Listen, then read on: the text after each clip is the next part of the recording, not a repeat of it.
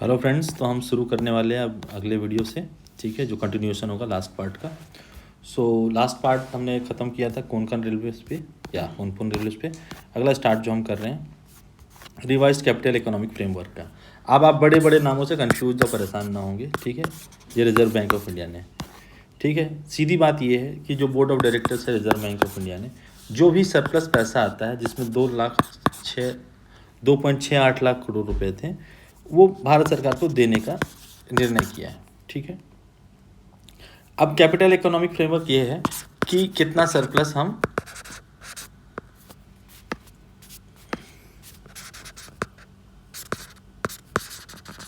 भारत सरकार को देंगे, रिजर्व बैंक का सरप्लस। ठीक है, अब आप इसको इस तरह समझेंगे कि रिजर्व बैंक एक्चुअली एक नॉन फॉर प्रॉफिट ऑर्गेनाइजेशन है जिसका काम है बाकी बैंकों को ओवरसी करना, बैंकिंग गतिविधियों को भारत में देखना। ठीक है, वो उसका यही काम है। ठीक है, तो आरबीआई एक्ट से आया था 1935 के आसपास में, 1934 है आरबीआई एक्ट। 1934 से आरबीआई की स्थापना होती है और वो ये काम देखता है। ठीक है, पहले एक प्राइवेट एंटिटी थी जिसका बाद में भारत में सरकारीकरण कर दिया जाता है, जिसके बाद आपके आज़ादी के बाद। ठीक है, किस ईयर में हुआ था ये आप मुझे कमेंट करके बताएंगे। ठीक ठीक, तो ये आप समझेंगे। उसके बाद क्या होता है कि अब आप नॉन फॉर प्रॉफिट ऑर्गेनाइजेशन है तो पैसे कैसे आते हैं। पैसा कमाना कोई लक्ष्य नहीं है, लेकिन जैसे कि बहुत सारे तरीके हैं जिससे आरबीआई को पैसे आ जाते हैं। ठीक है ना, तो उसमें कैसे आते हैं, तो जो इंटरेस्ट है गवर्नमेंट बॉन्ड्स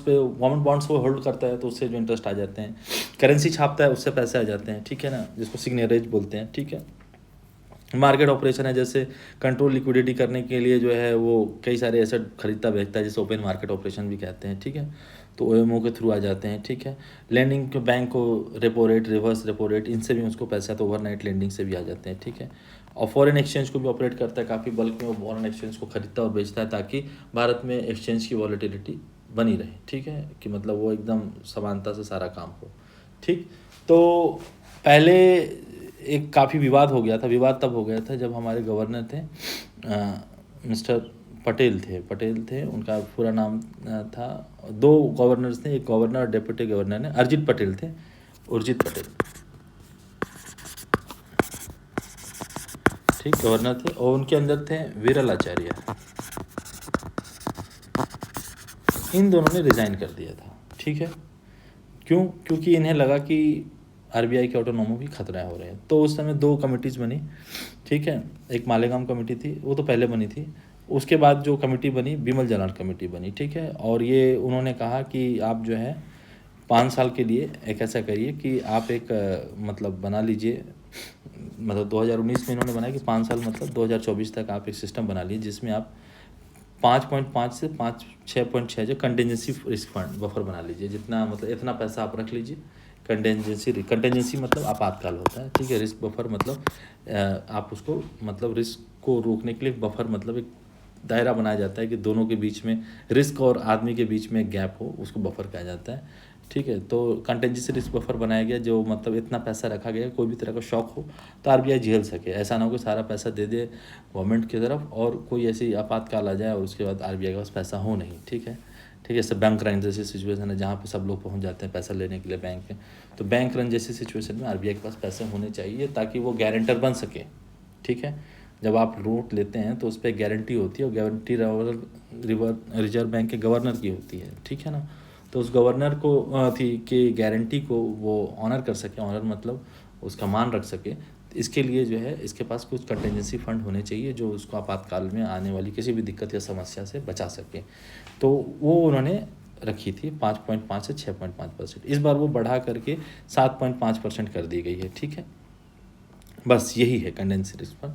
लेकिन इतना करने के बाद भी भारत सरकार को 2.68 लाख करोड़ रुपए आरबीआई ट्रांसफ़र करेगी, जो कि हाईएस्ट है, आज तक ऐसा हुआ नहीं था। ठीक है, तो आप इसको समझेंगे। ठीक है ना, highest ever dividend transferred by RBI. ठीक है, आज तक है। तो इससे गवर्नमेंट जो है काफ़ी पैसे जो है मतलब मार्केट में पंप कर सकती है थ्रू फिजिकल पॉलिसी। ठीक है ना, जिसमें रोड कंस्ट्रक्शंस हैं, कॉन्ट्रैक्ट्स हैं। लेकिन एक कंसर्न ये फ्रीबीज का भी रहता है कि कोई मुफ्तखोरी का तो काम नहीं करे, जैसे टीवी दे रहे हैं, कोई फ्रिज दे रहा है, कोई मतलब लैपटॉप बांट रहा है, या फिर गाड़ियों में जैसे सवारी फ्री में दिल्ली में बिजली फ्री, पानी फ्री, ऐसे चीज़ों में ना करके ये कंसर्न रहता है। लेकिन वो इसी कंसर्न में उस समय अजित पटेल जी ने और विरल आचार्य जी ने इस्तीफा भी दिया था कि हमें आप इससे रोकिए ताकि हम बैंकिंग सिस्टम को स्ट्रांग बना सकें और फेडरल बैंक जैसा कुछ एक सिस्टम बेटअप बना सकें। क्योंकि जो आरबीआई की रैंकिंग है वो 5 स्टार रेटिंग है। इंडिया में सिर्फ एक ही इंस्टीट्यूशन है जिसकी रेटिंग 5 स्टार है, ठीक है। बड़े बड़े जैसे रेटिंग इंस्टीट्यूशन है जैसे कि मूडी है, क्रिसिल है, बहुत सारे हैं। तो उन्होंने इंडिया को, स्टैंडर्ड एंड पुअर है तो उन्होंने 5 स्टार रेटिंग है। मतलब आप सोचिए कि रिजर्व बैंक की क्रेडिबिलिटी बहुत हाई है as per any world bank, वो थी वर्ल्ड का जो सेंट्रल बैंक होता है। सेंट्रल बैंक इंडिया वाली बनी, सेंट्रल बैंक रिजर्व बैंक को बोलते हैं। किसी भी कंट्री का एक सेंट्रल बैंक होता है, इंडिया का सेंट्रल बैंक रिजर्व बैंक है। आप इस बात को ध्यान रखिएगा, ठीक है। तो डिटेल डाइन्यूट में जाइएगा, 5 साल का पीरियडिक रिव्यू था जो ख़त्म हो चुका था, ठीक है। तो ये हो गया, ठीक है। तो आप इसको समझेंगे तो ये डन हुआ, ठीक है। आप इसको समझ गए तो ये था, कुछ बड़ी चीज़ नहीं थी लेकिन मतलब टर्म्स ऐसे थे कि आपको टफ लगे, ठीक है। और एक जो हुआ है ये टैक्स कलेक्टेड एट सोर्स, ये क्या होता है, कोई भी चीज़ खरीदते बेचते हैं तो वहीं पर पैसा जो काट लिया जाए टैक्स के रूप में, उसको टैक्स कलेक्टेड सोर्स बोलते हैं।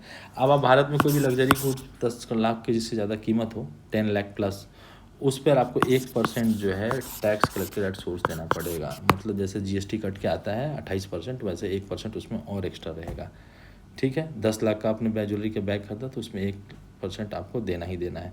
अब मुझे बताइएगा 10 लाख का 1% कितना होगा, ठीक है। तो 10 लाख का 1% आपको वहाँ दे देना है, ठीक ना। तो आप जो है वहाँ पर 1% दे करके आप हटेंगे, ठीक। तो इस बात को समझेंगे। लेकिन ये ऐसा नहीं कि ये कोई एक्स्ट्रा टैक्स नहीं होता। जब आप इनकम टैक्स रिटर्न फाइल करेंगे और आपकी अगर इनकम 5 लाख से कम या 6 लाख जो भी टैक्सेबल स्लैब है उससे कम आपकी कमाई गई तो वो आपको पैसे वापस हो जाएंगे। लेकिन आप सोचने वाली बात है कि 10 लाख की मार्केटिंग वही कर सकता है भारत में जिसके पास यूजुअली 5 लाख से ज़्यादा या 6 लाख जो भी टैक्सेबल स्लैब है उससे ज़्यादा अगर पैसे हो तो होगा, ठीक। तो आप इस बात को ध्यान रखिएगा, ठीक है। तो लेकिन फिर भी एक तरह का मतलब क्या कह सकते हैं प्रिकॉशनरी मेज़र है जो भारत सरकार लेती है कि कोई टैक्स में इवेशन ना हो जाए, ठीक है। That is good. तो आप ऐसे समझेंगे, ठीक है। तो याद रखिएगा कि लग्जरी गुड पर ये लगेगा, ठीक है। और थ्रेशोल्ड फॉर टीसीएस और remittances has also been raised, 7 lakh से बढ़ा के 10 लाख कर लिया गया है, ठीक है। तो पहले 7 लाख था, रेमिटेंसेस पे था। तो it's not an extra tax, ये सारे लिखे हुए आप पढ़ सकते हैं। उड़ान स्कीम, उड़े देश का आम नागरिक, भारत सरकार के प्रधानमंत्री हमारे मोदी जी हैं और उनका सपना था कि चप्पल पहनने वाला भी आदमी हवाई जहाज़ की सफ़र कर सके, इसीलिए ये स्कीम लाया गया। तो काफ़ी अच्छा स्कीम है और इसके तहत 625 उड़ान रूट भी है। पहला जो था शिमला और दिल्ली के बीच 2017 में उड़ा था, ठीक है। इसमें 2 वाटर एरोड्रम भी हैं और 15 हेलीपैड्स भी हैं, हेलीपोर्ट्स इसको बोलते हैं, ठीक है ना। जैसे आप कटरा जाते होंगे वहाँ पर होता है, बहुत जगह पर है। आप इसकी डिटेल में ना जाएं, बस इतना याद रखिएगा। डाटा याद इसलिए मीन्स में लिख सकते हैं 625 है। पहला शिमला से दिल्ली चला था 2017 में और 2 वाटर हेलीड्रोम है, 15 हेलीपोर्ट्स हैं, ठीक है। तो मोर देन मतलब 1.5 करोड़ पैसेंजर, मतलब 1.49 तो वो 1.5 करोड़ ही हो गया। 1.5 करोड़ पैसेंजर अभी तक बेनिफिट ले चुके हैं, ठीक है, affordable regional air travel scheme का, ठीक है। तो एक्सपैंड कर चुका है एयरपोर्ट नेटवर्क भारत में। 74 एयरपोर्ट थे 2014 में, 159 एयरपोर्ट है 2024 में, ठीक है। What is train today will be airports tomorrow, याद रखिएगा इस बात को, एयरवेज टुमारो। तो वही सपना है। तो 4023 करोड़ रुपया जो है विजिबिलिटी गैप फंड में दे चुके हैं। विजिबिलिटी नहीं, viability gap fund. Viability gap fund क्या होता है, कोई भी चीज़ अगर प्रॉफिटेबल नहीं है तो भारत सरकार उसको पैम्पर अप करती है। पैम्पर इन द सेंस कहती है आप पैसे लगाइए, अगर कुछ कमी होगी तो इतने हद तक हम उसका गैप की खाना पूर्ति करेंगे। खाना पूर्ति इन द सेंस हम आपका पैसा भरेंगे, ठीक है। मान लीजिए 1 लाख रुपए का आप स्कीम कोई चला रहे हैं, उसमें आपको 10,000 रुपये घटा रहे हैं तो 10,000 रुपये भारत सरकार वहाँ दे देगी, वही है, ठीक है। और टायर 2 और टायर 3 सिटीज़ को टारगेट करते हैं। कुछ लैकुना से मैं बता देता हूँ, जैसे धनबाद, बोकारो, जमशेदपुर, ये सब भारत के बहुत ही वाइब्रेंट टायर 2 सिटीज़ हैं, ठीक है, जहाँ पे काफ़ी अच्छी इकोनॉमी है। भारत सरकार की अर्थव्यवस्था में काफ़ी बड़ा कंट्रीब्यूशन है, काफ़ी वेल पेइंग टैक्स होल्डर्स हैं वहाँ पे। लेकिन वहाँ पर ऐसी कोई भी एयरपोर्ट नहीं है जो एक्टिव है। तो इन सब चीज़ों पर ध्यान रखा जाना चाहिए, ठीक है। आप इसका ध्यान रखिएगा, ठीक है। तो और एक न्यूज़ थे, इनसफिशिएंट सपोर्ट है डीप टेक स्टार्टअप को इंडिया में, एक स्टडी आई है, ठीक है ना। और स्टडी कहीं कॉमन से नहीं थी इसीलिए मैंने उठा ली। Office of the principal scientific adviser, ठीक है, and confederation of Indian industry, इन दोनों ने मिल करके एक रिपोर्ट नहीं आई और ये काफ़ी दोनों प्रतिष्ठित संस्थाएं भारत में, इसीलिए मैंने इनका लिया। तो डीप टेक स्टार्टअप क्या है अब आप समझेंगे। जैसे एआई में जो होते हैं, क्वांटम कंप्यूटिंग में होते हैं, बायोटेक्नोलॉजी में है, स्पेस टेक है, जो डिसरप्टिव नेचर में होते हैं। डिसरप्टिव मतलब एक नए तरह के इकोनॉमिक स्किल को सेटअप करेंगे, ठीक है, जो मास ग्रेड को एक्सिस्टिंग सेटअप को डिसरप्ट कर दे उसको डिसरप्टिव टेक्नोलॉजी कहा जाता है। जैसे जिसमें एआई है, बायोचॉक है, अति बिटकॉइंस है, ब्लॉकचेन टेक्नोलॉजी है, ये सारी चीज़ें हैं, ठीक है, आप इसको ध्यान रखिएगा। तो जस्ट चार ही है ना इंडिया में, 117 यूनिकॉर्न है, ठीक है। अब यूनिकॉर्न किसको कहते हैं ना, ये आप मुझे कमेंट करके बताइएगा, दिस इज़ वेरी इंपॉर्टेंट। तो मतलब आप इसको समझिएगा कि मतलब what is a unicorn. Unicorn आप करिएगा, ये बहुत इंपॉर्टेंट टर्म है, ये पूछा जा सकता है यूपीएससी में, इसीलिए मैं आपको कह रहा हूँ कि यूनिकॉर्न आप कमेंट करके रहिएगा। तो व्हाट इज़ अ यूनिकॉर्न, तो जस्ट 4 यूनिकॉर्न ही हैं इंडिया में, जिसमें 117 में जो डीप टेक कहा जाता है। नाम है एंथर एनर्जी, फ्रैक्चुअल है, कृत्रिम एआई है, नेत्रडाइन है, ये सब है, ठीक है। और मतलब बाकी तो डाटा उतने इंपॉर्टेंट नहीं है, लेकिन ये आप याद रखिएगा कि 117 ही यूनिकॉर्न इंडिया, जिसमें सिर्फ 4 ही को कहा जा सकता है कि रियल डीप टेक है, ठीक है ना। तो डीप टेक में बहुत कम निवेश कर रही है, बस ये आपको कहना था, ठीक है। बहुत सारे एफर्ट्स है, जैसे national deep tech startup policy है इंडिया में, ठीक है। Quantum computing and deep tech है, जैसे QPI है, एक तरह का स्टार्टअप है, लॉन्च किया गया है। ये कहाँ लॉन्च किया गया है, एक्चुअली यहाँ पर है आपके IISc बैंगलोर में लॉन्च किया गया था, ठीक है, कोई दिक्कत नहीं, इतना डिटेल में नहीं चाहिए। तो रिकमेंडेशन है बहुत सारे, वो सब तो चलेंगे, विकसित भारत को 47 बनाना है, तो वो ठीक है। लेकिन आप याद रखिएगा यूनिकॉर्न आप बता देंगे मुझे, ठीक है ना, ठीक। तो ये मैं आपको रहा यहाँ पर टास्क है, एक यूनिकॉर्न क्या है, तो मैं आपसे ये जवाब एक्सपेक्ट करता हूँ, और आपने नहीं दिया तो मैं अगले में मैं वीडियो में ही दे दूँगा, ठीक है। कोई बड़ी चीज़ नहीं है, एक बार आप सर्च आउट कर लीजिएगा, ठीक है, नहीं तो कहिएगा तो मैं ही बता दूंगा। Negotiation with Starlink entry, Starlink के काफ़ी ज़्यादा न्यूज़ में बना हुआ, क्योंकि रिसेंटली फाइनेंस कॉमर्स मिनिस्टर जो है अश्विन वैष्णव, वो IT मिनिस्टर भी हैं, IT मिनिस्टर, तो वो रेलवे मिनिस्टर भी हैं, तो उन्होंने ये कमेंट टिक कर दिया था, और इसके बाद ये न्यूज़ काफ़ी हाईलाइट हो गई थी। तो अभी तक एंट्री हुई नहीं है, बीच में इन्होंने शेयर वेयर लॉन्च कर दिए थे, लेकिन मतलब एंट्री हुई नहीं, तो पैसे वापस करने पड़ गए थे, तो ये था।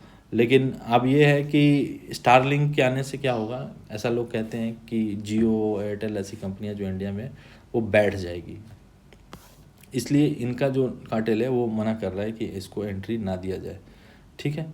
लेकिन अब कब तक किसको रोक सकते हैं, जो आना है वो तो आना ही है, लेकिन फिर भी अभी तक तो एंट्री नहीं है। अब क्या है ये मैं बता देता हूँ। स्टारलिंक जो है एक सैटेलाइट्स का नेटवर्क का इस्तेमाल करता है, ठीक है, सैटेलाइट्स के ब्रॉड नेटवर्क का इस्तेमाल करता है लो अर्थ ऑर्बिट पे। लो अर्थ ऑर्बिट क्या है आप मुझे कमेंट करके बताएंगे, ठीक है। लो अर्थ ऑर्बिट में मतलब एक कॉन्स्टलेशन 7000 सैटेलाइट्स उनके पास, जैसे गिनती के रख लीजिए, उसका इस्तेमाल करता है ताकि वो इंटरनेट सर्विसेज जो है दे सके, कहाँ जहाँ पे ट्रेडिशनल इंफ्रास्ट्रक्चर ना हो तो भी दे सके। याद रखिएगा, एक सैटेलाइट फ़ोन आते हैं, वो डायरेक्टली कनेक्ट करते हैं उससे, उसको फिर किसी चीज़ से लेना देना नहीं होता है, ठीक है। तो आप याद रखिएगा, तो उसके से वो लिंक करते हैं डायरेक्टली, ठीक।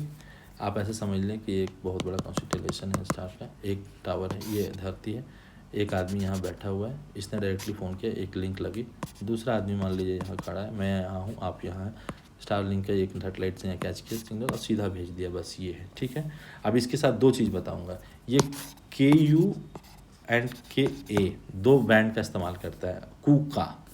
का मूवमेंट भी है इंडिया में, याद रखिएगा, कमेंट करके बताइएगा क्या है मुझे, ठीक है। क्या है, KU का मतलब है अपर नहीं अंडर, और KA का मतलब होता है अबव, बस याद रखिएगा, ठीक है।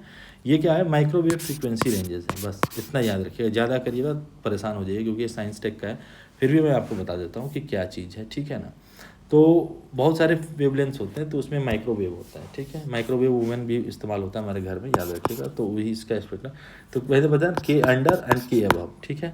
तो के बैंड है, उसके ऊपर जो काम आता है वो है, और ए यू नीचे है। ये यूपीएससी में पूछ सकते हैं कि what does you and A stand for, तो ये आपको पता होना चाहिए, ठीक है ना। तो के बैंड है और उसमें ये स्टार्ट होते हैं, ठीक ना। और इसके दोनों के अलग अलग एप्लीकेशंस है, जैसे फॉर एग्जांपल मतलब आपका जैसे KU है, ठीक है, तो KU जो है ना स्मॉल एंटीना से भी काम हो जाता है, ठीक है। के लिए बड़ा एंटीना चाहिए होता है, ठीक है। और मतलब फिर उसमें कुछ रेन और इसका रहता है, वो भी मैं बता देता हूँ आपको क्या क्या होता है। कि जैसे KU है तो मतलब जब बारिश ज़्यादा हो रही है, जैसे बारिश ज़्यादा है, तो वो फेड नहीं होगा, और KA जो है ना फेड हो जाता है, जो अंडर वाला रहता है ना, KU और के अंडर, आप ऐसे समझिएगा, यहीं पे बनाया था। तो के अभाव के रुकिए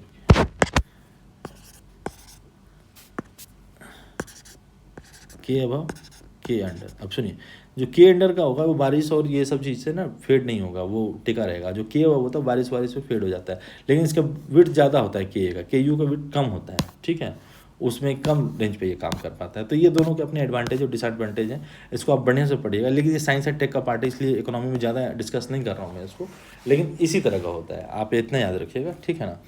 दूसरा जो एक बड़ा न्यूज़ है वो भी साइंस टेक से रिलेटेड, लेकिन वो उसमें इकोनॉमिक्स घुसा हुआ है कि इंडिया जो है ना कंसीडर करता है 49% फॉरेन स्टेक्स को न्यूक्लियर पावर प्लांट में अलाउ करने के लिए एफडीआई के थ्रू, ठीक है। अब इसका फ़ायदा क्या होगा, भारत ने अमेरिका के साथ एक परमाणु संधि करी है, ठीक है, ठीक, तो उसका वो फ़ायदा उठा नहीं पा रहा है, ठीक है। किसने करी थी, मनमोहन सिंह जी ने करी थी जॉर्ज बुश के साथ में, ठीक। अब उसके बाद उसका फ़ायदा उठा नहीं पा रहा है, ठीक है। 123 डील भी कहते थे उसको, क्योंकि 123 डील वहाँ पर अमेरिका में एक न्यूक्लियर एक्ट है, उसके 123 आता है उसमें टर्म, तो उससे 123 डील बोलते हैं। तो अब 2008-9 में ये संधि हुई थी इंडिया में, और उसके बाद अभी तक कुछ हो नहीं रहा है इसका, ठीक ना। तो अब जो है क्यों नहीं हो पा रहा है, क्यों बाहर गए, तो एक लॉ है न्यूक्लियर सिविल लायबिलिटी लॉ, समझे ना, civil liability for nuclear damages act, समझे ना, एक सेकेंड, न्यूक्लियर लायबिलिटी लॉ है, ठीक है, जिसको civil liability for nuclear damages 2010 कहते हैं। ये क्यों लाया गया ये आप समझिएगा। जैसे कि भारत में एक बड़ी दुर्घटना थी 1984 में, जिसको हम लोग भोपाल गैस ट्रेजेडी बोलते हैं। अब उसमें एक कंपनी थी, ठीक है, उसने, आपको यूनियन कार्बाइड का नाम था उसका, उसने जो है मतलब ये बनाया, क्या कहते हैं, फर्टिलाइज़र, लेकिन उससे एक जहरीली हवा निकली और उसका नाम था मिथाइल आइसोसाइनाइड, ठीक है, और उससे बहुत सारे लोग भोपाल में मर गए। और फिर कंपनी पर कोई लायबिलिटी भारत सरकार थोप नहीं पाई, क्योंकि हमारे पास कोई लॉ नहीं था इस तरह का, और कंपनी के लोग बच के निकल जाते हैं, हज़ारों लोग मर जाते हैं। आज तक उसके दुष्प्रभाव भोपाल में दिख रहे हैं, आज भी लोग वहाँ हैं, बड़े लोग मर गए, बहुत लोग जीते जी मर गए, और कुछ जो बचे हैं वो, उनका तो आलम यह है कि मतलब जीत ना पाए वो पूरा। कई लोग अभी जिंदा हैं, 1984 की घटना है, अभी कई लोग जिंदा हैं। अब इतना ज़्यादा होने के बाद भारत में कई सारे उसके बाद लॉ आए एनवायरमेंटल प्रोटेक्शन के, ठीक है। फिर एक फुकुशिमा रिएक्टर इंसिडेंट हुआ जापान में, जिसमें क्या हुआ कि भूकंप आया और रेडिएशन लीक हो गया, ठीक है, ठीक। इसी तरह गुजरात में एक प्लांट है, वहाँ से भी थोड़ा सा हुआ था, लेकिन वैसा हुआ नहीं कभी, बच गए वो हम लोग, ठीक है ना। तो वो मतलब फुकुशिमा के बाद जो है वर्ल्ड थोड़ा सा एक्टिव हो गया, और ये हम पर सवाल उठा, तो हम लोगों ने एक लॉ लाया कि कोई भी अगर न्यूक्लियर डैमेज होता है तो उसकी सिविल लायबिलिटी आपको लेनी पड़ेगी। अब उसमें दिक्कत क्या है कि लायबिलिटी बहुत बड़ी हो सकती है। कंपनी ने मान लो 1 करोड़ रुपया लगाया है और आप पर लायबिलिटी 50-100 करोड़ का हो जाए, कंपनी बैंकरप्ट हो जाएगी, तभी नहीं चुका पाएगी। इसके कारण कोई कंपनी इंडिया में हाथ नहीं डालता है, जो मोडर टर्म्स में ये है, ठीक है। दूसरा क्या चीज़ थी कि इसके कारण अब कोई हाथ नहीं डालता तो भारत में ऐसे निवेश नहीं होती। अब भारत की परमाणु ऊर्जा में एक सबसे बड़ी इनसिक्योरिटी है कि इंडिया के पास यूरेनियम नहीं है, ठीक है, यूरेनियम नहीं है, तो फिर हम क्यों ऐसा काम कर रहे हैं, हमारे पास थोरियम है, ठीक है। तो जो हमारे फोर फादर हैं और जो father of Indian atomic programme है होमी जहांगीर भाभा, तो होमी भाभा ने जो है ना, होमी भाभा आप ऐसे कह लें, होमी भाभा, जहांगीर शायद नहीं है, मैंने मिक्स कर दिया है सर। तो होमी भाभा जो है ना, होमी जहांगीर भाभा, होमी भाभा आप जैसे याद रखिए, होमी भाभा जी ने इंडिया को जो है ना न्यूक्लियर फ्लीट से प्लूटोनियम का इस्तेमाल करना चाहा, जो हमारे यहाँ बहुत ही एम्पल में है। कहाँ पे थोरियम रिजर्व्स पाए जाते हैं, केरला में हमारे यहाँ, ठीक है, केरला में मोनाजाइट्स हैं, मोनाजाइट सैंड, ठीक है।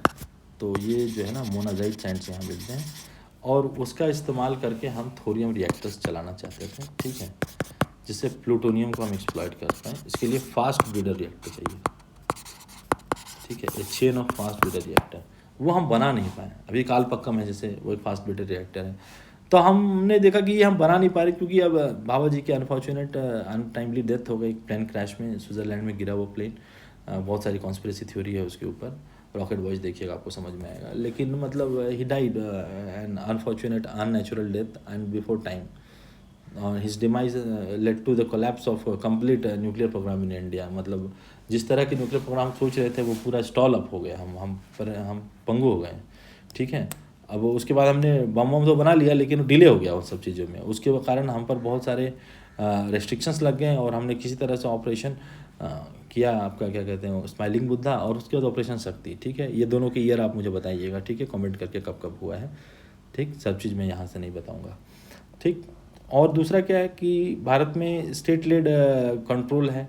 ठीक है, जैसे भारत में कुछ भी है तो या तो nuclear power corporation India limited, ठीक है ना, NPCIL जिसको बोलते हैं, या फिर भारतीय नाभिकीय विद्युत निगम जैसे भावनी जिसको कहते हैं, ठीक ना, वो दोनों उसकी सब्सिडरी है, यही चलाते हैं। ठीक है, अब इनके कारण जो है मतलब कोई दूसरे प्राइवेट एंटिटी आ नहीं सकती, तो भावनी और इसके कंट्रोल से निकालने के लिए तो वो हो गया कि भाई हमने भाई 51% जो है हम स्टेक देने के लिए तैयार हैं, लेकिन कंपनी सिविल लाइबिलिटी के कारण जो है ना 2010 वाले एक्ट के कारण वो आ नहीं रही है, तो उसको हटाने के लिए जो है ना भारत सरकार प्रयास कर रही है।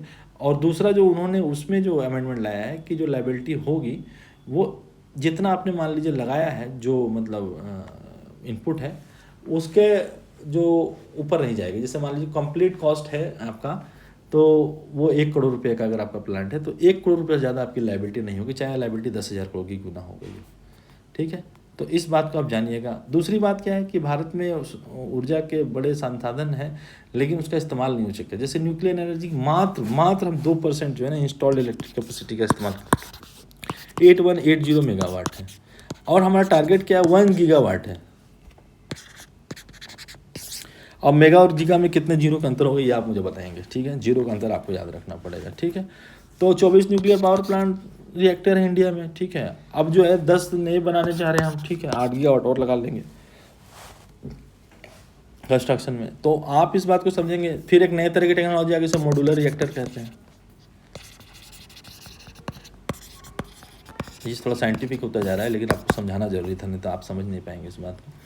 तो मॉड्यूलर रिएक्टर होता है, वो भी आ चुका है। ठीक है ना, इंडिया स्मॉल, भारत स्मॉल अति मॉड्यूलर रिएक्टर भी एक फास्ट ब्रीडर रिएक्टर का एक तरीका है, प्रेशराइज्ड हैवी वाटर रिएक्टर से। अब इतना डिटेल में नहीं जाऊँगा, नहीं तो आप कंफ्यूज हो जाएंगे। तो वो आप जो है ना मतलब इस तरह के रिएक्टर और टेक्नोलॉजी आ गई, जैसे L&T है, होल्टेक है, ये अमेरिकन कंपनीज है, ये भारत में पैसा लगाना चाहती है। ठीक है, कि हम लगाएंगे, लेकिन वो न्यूक्लियर सिविल ये है ना, न्यूक्लियर डैमेज एक्ट है ना, civil liability for nuclear damage act, इससे डरती हैं। तो इसमें जो है हम लोग कैप टू कॉन्ट्रैक्ट वाली, जैसे मैंने बताया ना, लिमिटेड स्पेसिफिक ड्यूरेशन है, एक समय सीमा के अंदर ये होगा तो माना जाएगा, नहीं तो कोई लाइबिलिटी नहीं होगी या लिमिटेड लाइबिलिटी होगी। तो ये चीज़ आने से अब रास्ता खुल रहा है। ठीक है, और अब भारत जो है मतलब आगे बढ़ना चाहता है। एक क्षमा चाहूँगा, एक गलती हो गई थी, 100 गीगावाट है, 1 गीगावाट नहीं है, 100 गीगावाट टारगेट है इंडिया का, समझे ना, 1 गीगावाट नहीं, मैंने 1 गीगावाट तक दिया था, 100 गीगावाट टारगेट है। कब? 2030 तक। ठीक है ना, 47 तक आई थी, 2047 तक 100 गीगावाट टारगेट है इंडिया का। तो इंडिया का जो टारगेट है 100 गीगावाट है 2047 तक। अब 2047 तक इंडिया 100 गीगावाट करना चाहता है। ठीक है, तो भाई इसके लिए तो कुछ करना पड़ेगा, और इंडिया के कमिटमेंट्स भी हैं, जैसे कि एमिशन इंटेंसिटी को GDP का 44% तक जो है रखना चाहता है 2030 तक, 2005 के लेवल से। तो ये सारे कमिटमेंट इंडिया ने कर रखे हैं। कहाँ पे कर रखे हैं ये आपको बताना पड़ेगा। ठीक है, ठीक, COP में, कॉन्फ्रेंस ऑफ पार्टीज़ में, UNCCC होते हैं, United nation convention of climate control. ठीक है, तो ये है, उसके बारे में कभी अलग से बताऊँगा, लेकिन आप जान लें। आप ऐसा ना सोचें कि सर बोलते जा रहे हैं कि आप पढ़ लेना और खुद ही पढ़ रहे हैं, ये उनका काम है। तो इस कारण जो है ऐसा हो रहा है। ठीक है, तो ये जो है उस कारण उन्होंने मतलब काफ़ी कंट्रोल कर दिया। अब इसके लिए भारत सरकार 49% स्टेक्स पर देख रही है, ताकि कंट्रोल में भी हमारे रहें फॉरेन फर्म्स, और हम एक चेन ऑफ रिएक्टर्स बना सकें, ताकि हम 100 गीगावाट 2047 तक, जब हम 100 वर्ष बना रहे हों मतलब अपनी आज़ादी का, तब ये कर सकें हम, और इंडिया को एनर्जी डिमांड को पूरा कर सके, जो अभी तक कोल डिपेंडेंट है, 60% कोल डिपेंडेंट है। तो इस चीज़ को हम बदल सकें। ठीक है, तो ये था। अब अगला article I think so time हो रहा है क्या, तो वी विल कंटिन्यू विथ। ठीक है, अगला आर्टिकल इसके बाद वाले में करता हूँ और कंप्लीट कर देता हूँ ये इसमें जितना भी है। ठीक है ना, तो लेट्स स्टॉप हियर। नो, एक दो आर्टिकल और करके रो स्टॉप करता हूँ, 2 stop. Fair and remunerative prices, ये तो बहुत ही आसान है, लेकिन आप ऐसे समझ जाइएगा। ठीक है, बहुत न्यूज़ में रहता है फेयर एंड रेम्यूनरेटिव। ये क्या है? ये एक तरह के प्राइस गारंटीड है किसको? शुगर कैन फार्मर्स को। ठीक ना, इंडिया में 2 तरह की प्राइस गारंटी है प्रोडक्ट्स में। पहला है FRP जो मैंने अभी बोला, और होता है MSP। दोनों को कौन करती है? CACP, ठीक है, commission for agriculture cost prices, ठीक है, ठीक। तो 22 क्रॉप्स के लिए MSP है और एक शुगर केन के लिए FRP है, ठीक है, ठीक। CACP करती है। इसमें होता क्या है कि MSP का बाद में डील कर लेंगे कभी, अभी FRP पे करते हैं, लेक्चर लंबा हो जाए। तो शुगर केन मिल्स को ना मैंडेटरी होता है फार्मर को 14 दिन के अंदर पे करना है। और दूसरा एक चीज़ ये रहता है कि मतलब एक प्राइस फिक्स होती है, जैसे अभी इस सीज़न के लिए जो है 340 रुपये पर कुंटल देना ही देना है, ठीक है। और 15 दिन के अंदर उसको पैसा दे देना होता है, ठीक ना। तो और मतलब इस तरह से मतलब फार्मर को रहता है कि आपका सारा पैसा 15 दिन के अंदर में 14 दिन के अंदर में, मतलब जब डिलीवर कर दिया आपने शुगर केन तो उसके 14 दिन के अंदर आपको पैसा मिल जाएगा। इससे क्या होता है किसानों को बहुत आसानी हो जाती है, ठीक है, ठीक। उसी तरह से 22 MSP मिलती है, मतलब उस पर A2+FL होता है, ठीक है, वो एक फार्मूला होता है। और C2+50% जो है, जैसे कम्प्रिहेंसिव कॉस्ट प्लस 50%, ये स्वामीनाथन कमीशन की रिपोर्ट थी। वो मैं किसी एक दिन बढ़िया से आपको डिटेल में करूँगा, ठीक है, कि C2+50 क्या है, A2+FL क्या है, फैमिली लेबर होता है उसमें, तो उस तरह से जोड़ उसमें की जाती है। तो आप इसको समझेंगे कि एक है ये एक तरह का, तो मिनिस्ट्री ऑफ एग्रीकल्चर द्वारा एक मतलब अटैच्ड ऑफिस है इंडिया में, तो उसको कहते हैं हम commission for agriculture cost process. ये एक फार्मर ये रिकमेंड करती है, जिसके cabinet committee on economic affair जो भारत के प्रधानमंत्री PM द्वारा हेड किया जाता है, वो अंत में फाइनल फैसला लेती है। जो ये कहती है यूजुअली मान लेती है तो ठीक है। और इस्टेब्लिश जो हुआ था 1965 में हुआ था, लेकिन जो प्रेजेंट नेम है ना, तो पहले एग्रीकल्चर प्राइस कमीशन कहा जाता था, अब CACP कहा जाता है, commission of agriculture cost prices, ठीक। तो आप इसको जानिएगा, समझिएगा, ठीक है ना। तो FRP इंट्रोड्यूस हुआ था 2009 में, ठीक है ना, to amend sugarcane control order 1966 में ही आया था, ठीक है। तो स्टैट्यूटरी मिनिमम प्राइस को इसने हटा करके ना CACP कंसल्टेशन पे ला दिया, ठीक है ना, कोई दिक्कत नहीं। CACP ने हटा दिया कि FRP ले आइए, स्टैट्यूटरी मिनिमम प्राइस पहले होता था, उसको हटा करके फेयर एंड रेम्युनरेटिव प्राइसेस कर दिया गया, ठीक है ना। तो आप इस बात को समझिएगा। तो ये रहा, ये एक इशू है, ठीक। तो ये इधर डन हो गया। अगला है वेब समिट हुई है कहाँ पे भाई? तो मुंबई में। उसमें प्रधानमंत्री जी ने कहा है कि क्रिएटिव इकोनॉमी भारत को जो है फ्यूचर GDP ग्रोथ में मदद करेगा। तो आप इस बात को जान लीजिए, क्रिएटिव इकोनॉमी को अक्सर ऑरेंज इकोनॉमी कहते हैं, और भारत में इसकी बहुत पोटेंशियल है, जिसमें फिल्म्स, म्यूज़िक, एंटरटेनमेंट, ये सभी आ जाते हैं, ठीक है। क्रिएटिव कुछ भी हो, फैशन है, डिज़ाइन है, आर्किटेक्चर है, ये क्रिएटिव इकोनॉमी में आते हैं। अब भारत में गजब से टैलेंट है, और ये आज नहीं, परंपरा है भारत में शुरू से, नाट्य शास्त्र से लेकर अभी तक, और बहुत सारे मतलब, तो उस तरह से जो है ना, मतलब भारत में शुरू से ये है। अब इससे जो है भारत की इकोनॉमी बहुत, जैसे इंडियन सिनेमा बहुत बड़ी एक उद्योग है, ठीक है ना, उसी तरह आर्ट एंड आर्किटेक्चर का काफ़ी बड़ा, कितनी सारी बिल्डिंग्स बनती हैं, आर्किटेक्चर की ज़रूरत है। अब आप छोटा सा भी घर बनवाइएगा तो आर्किटेक्चर दिखवा के बनवाइएगा, तो वो एक अलग इकोनॉमी है, एक फील्ड है, उसको हमें एक्सप्लॉइट करना है, और पॉजिटिव वे में एक्सप्लॉइट करना है, ताकि भारत को आगे बढ़ाया जा सकता है, ठीक है। तो और इंडिया के पास डेमोग्राफिक डिविडेंड भी है, मतलब 65% इंडिया जो है 35 के एज के बिलो है, तो ये एक बहुत बड़ा डेमोग्राफिक डिविडेंड है। अभी डेमोग्राफी पे अलग से चर्चा करूँगा, ठीक है। तो मान लीजिए इसका भाई आप बोले कितना कंट्रीब्यूशन है, तो 2025 तक 30 बिलियन है नेशनल GDP में कंट्रीब्यूशन इसका। बिलियन कितने जीरो होते हैं? 9 जीरो, ठीक है। और 8% ऑफ वर्क फोर्स को अप्लाई करता है ये, समझ लीजिए। तो काफ़ी बड़ा कंट्रीब्यूशन है। और एक्सपोर्ट्स जो हैं 11 बिलियन एनुअली सरपास कर चुके हैं। तो film, music, design, digital content, बहुत सारी चीज़ें हैं, तो ये बहुत बड़ा है। हर कोई मतलब इसको समझे कि इसकी ताकत क्या है, ठीक है ना, और ये सच में बहुत आगे निकाल सकता है। इसके लिए बहुत सारे इनिशिएटिव लिए हैं, जैसे नेशनल क्रिएटर्स अवार्ड है, 1 बिलियन क्रिएटर फंड है, ठीक है, नेशनल हैंडीक्राफ्ट डेवलपमेंट प्रोग्राम, बहुत सारी चीज़ हैं, ठीक है ना। वो उसके तो कोई कमी नहीं है स्कीम्स की भारत में, बस इम्प्लीमेंटेशन की कमी हो जाती है बहुत बार। तो ये है, ठीक है। तो इसके साथ मैं अंत करूँगा। अगला जो टॉपिक है विजिंग इंटरनेशनल सी पोर्ट, ये बहुत ही इंपॉर्टेंट टॉपिक है, तो इसके साथ अगला वाला वीडियो हम चालू करेंगे। Thanks for listening to me, and we will connect to you soon. Take care friends, bye.